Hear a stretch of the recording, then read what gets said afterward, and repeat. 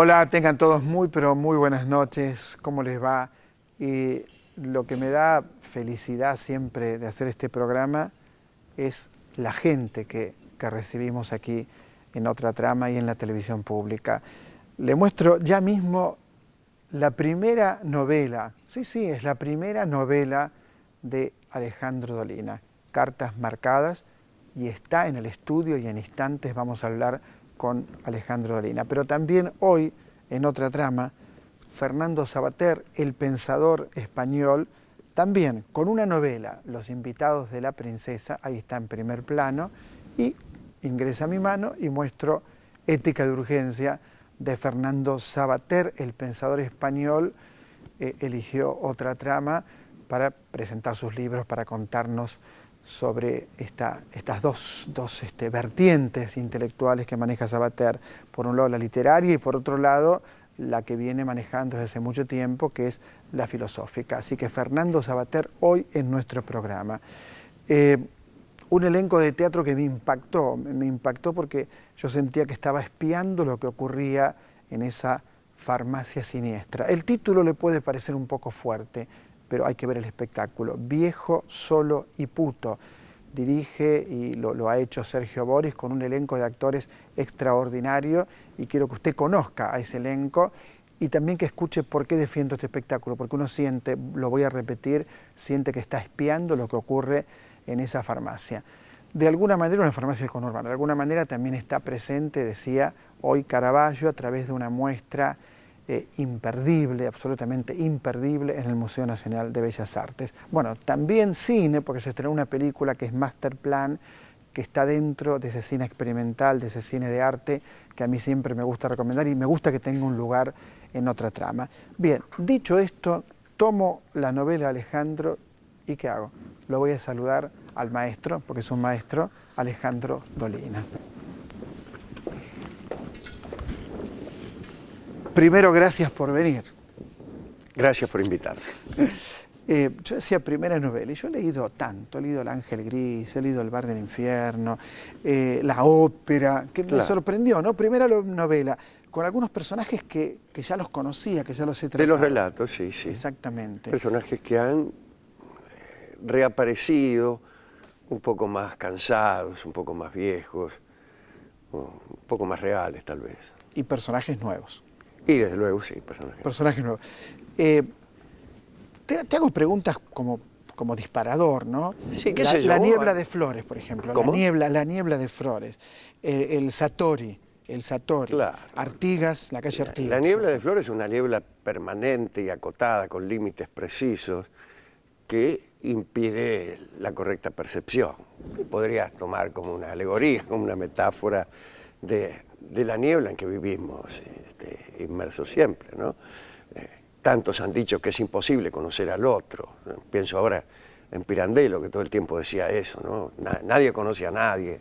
Las discusiones que tenía el pobre Pirandello con la mujer, que según parecía una mujer muy sencilla, y entonces le discutía, ¿cómo que no podemos conocernos? Yo te conozco, y el otro con su imposibilidad filosófica de conocer, tratando de explicarle a la mujer que nadie conocía a nadie, ¿no? Pues es que cuando avanzaba en la novela decía, es el mundo Dolina, es el mundo Dolina, ¿no? Es decir, has creado un universo que venís trabajando en otros libros tuyos y este probablemente sea tu libro más radical, ¿no? Esto es un Dolina puro, hay asesinos, hay sexo, hay crueldad, hay un personaje que me fascinó ese personaje, vive con muchos loros, ¿no? Tiene una banda de loros, sí, el personaje. Loros que repiten lo que él dice y lo que él no dice también.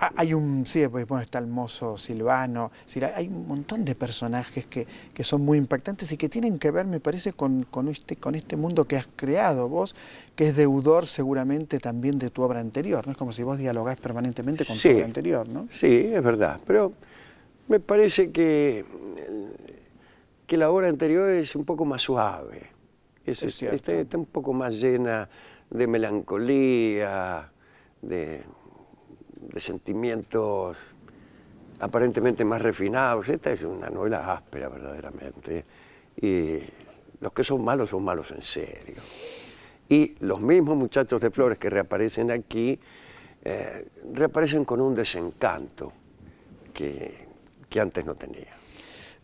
Sí, hay vecinos que son terribles en esta novela, ¿no es cierto? Hay perros en llamas también. Perros en llamas que pasan a la noche. Eso, sí, sí. es como una horda de perros en llamas, ¿no? Eso me rompió la cabeza. Sí. Y hay cosas divertidas por ahí, no supuestamente divertidas, que me divierten a mí. Qué sé yo, el autor no puede hablar de la novela que ha escrito. Sí, sin embargo, da tanto material, tiene tantas líneas que da gusto hablar de la novela, da gusto hablar del mundo. Es como si, acabas de decirlo, como si estuvieras rompiendo con esa idea de Dolina pertenece, o Dolina, la nostalgia de Dolina, Sí, claro, el tango de Dolina, es como una que idea estás un un poco poco molesta harto ya también. de eso, me parece, ¿no? Sí. De que hay algo de encasillamiento, a lo mejor. Sí, en yo creo eso. que incluso el libro anterior, Bar del Infierno, es un libro que no tiene mucho de melancolía, ni de nostalgia, ni de tango.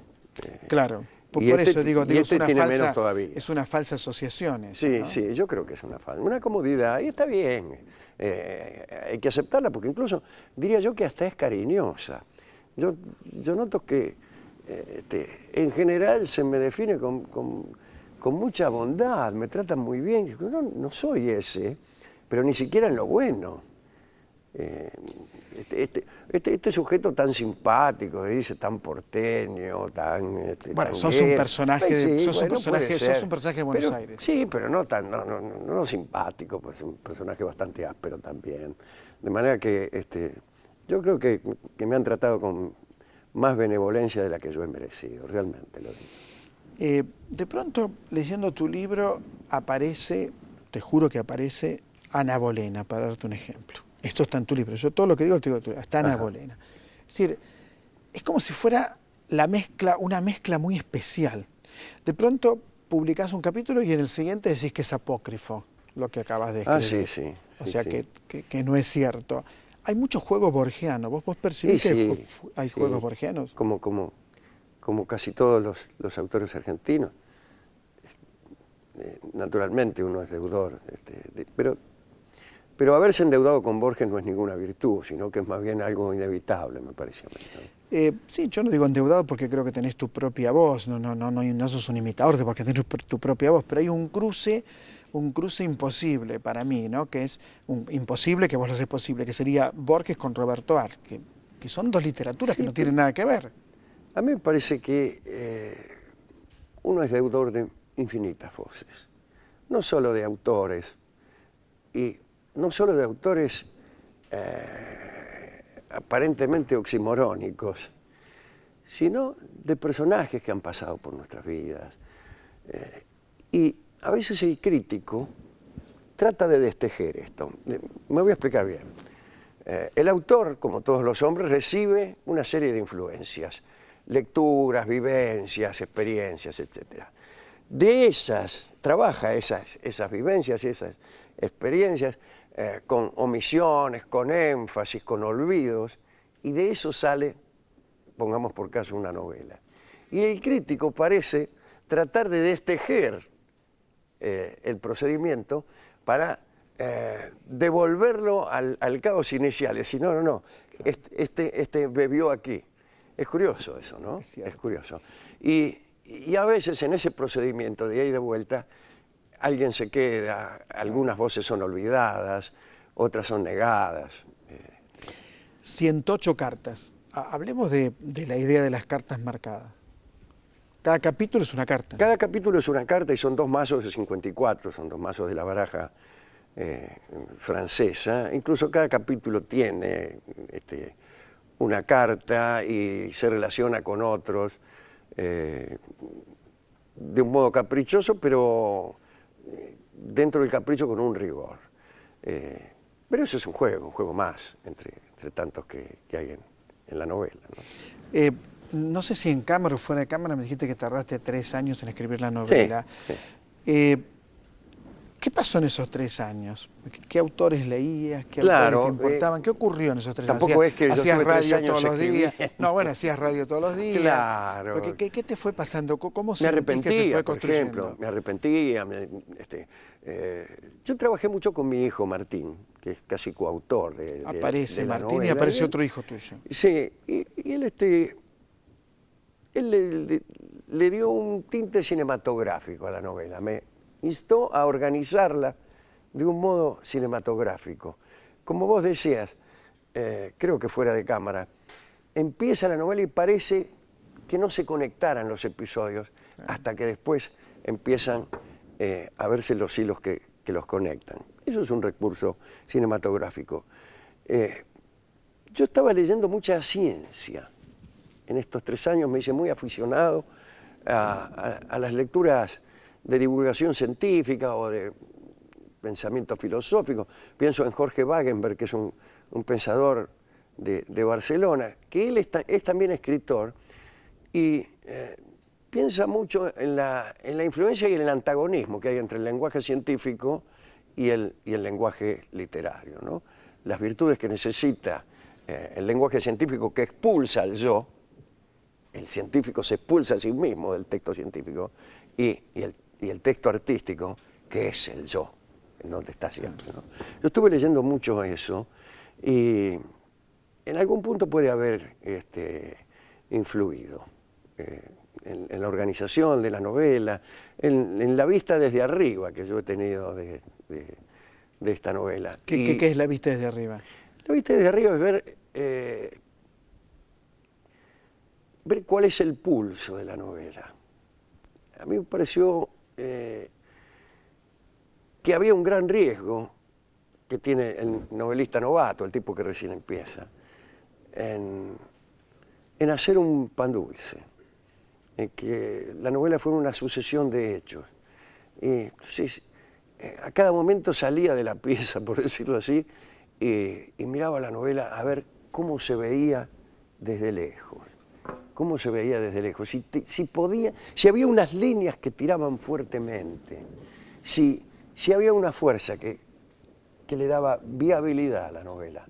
La novela es peligrosa, uno está escribe 200 páginas y por ahí se da cuenta de algo que no había visto el primer día. Y ese algo desmorona toda la novela. No es un cuento que te falla, que lo tirás y seguís con el siguiente. Es por ahí un año de trabajo que por un mal cálculo se arruina.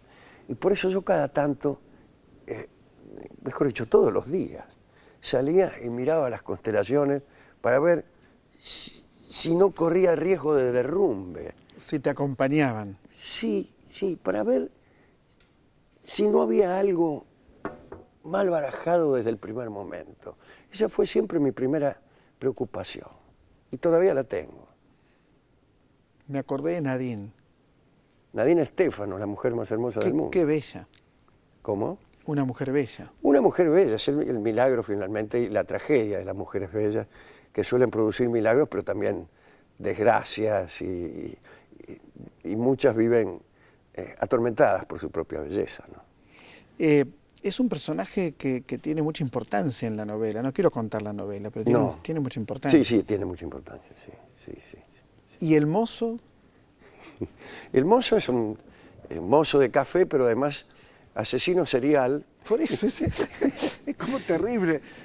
Mozo de café y asesino serial. Sí, y antiguo acróbata del circo. Así que es un lindo personaje que vive solo. Y comete crímenes con una enorme tranquilidad. Una frialdad que espanta. Una gran frialdad, porque él simplemente se deshace de aquello que se interpone en su camino y no se le ocurre que está mal.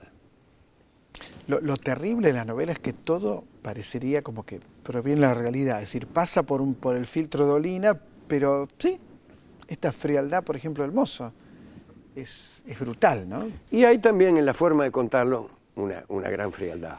Bueno, una gran frialdad. El autor no se permite ninguna clase de comentarios tampoco. No se permite comentarios morales. No, el autor, de ninguna índole. Para nada.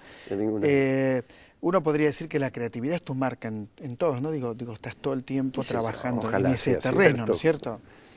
¿Qué estás haciendo? ¿La radio? Yo ahora estoy haciendo ¿Escribiendo? la radio en Radio del Plata, tratando de ver si hacemos algo para la televisión.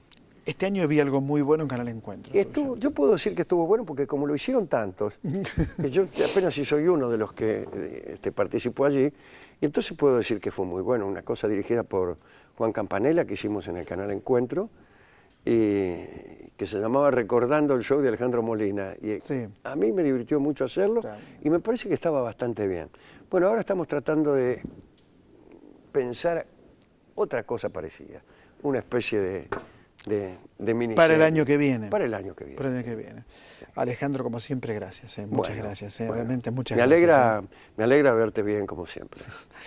Alejandro Dolina, un personaje entrañable, la verdad es esta, pero también un muy buen escritor. Hay que leer cartas marcadas, hay que meterse en ese mundo, recorrerlo y pensar en que ese mundo es un mundo muy, muy familiar, muy familiar, verdaderamente. Esto es la televisión pública y enseguida regresamos.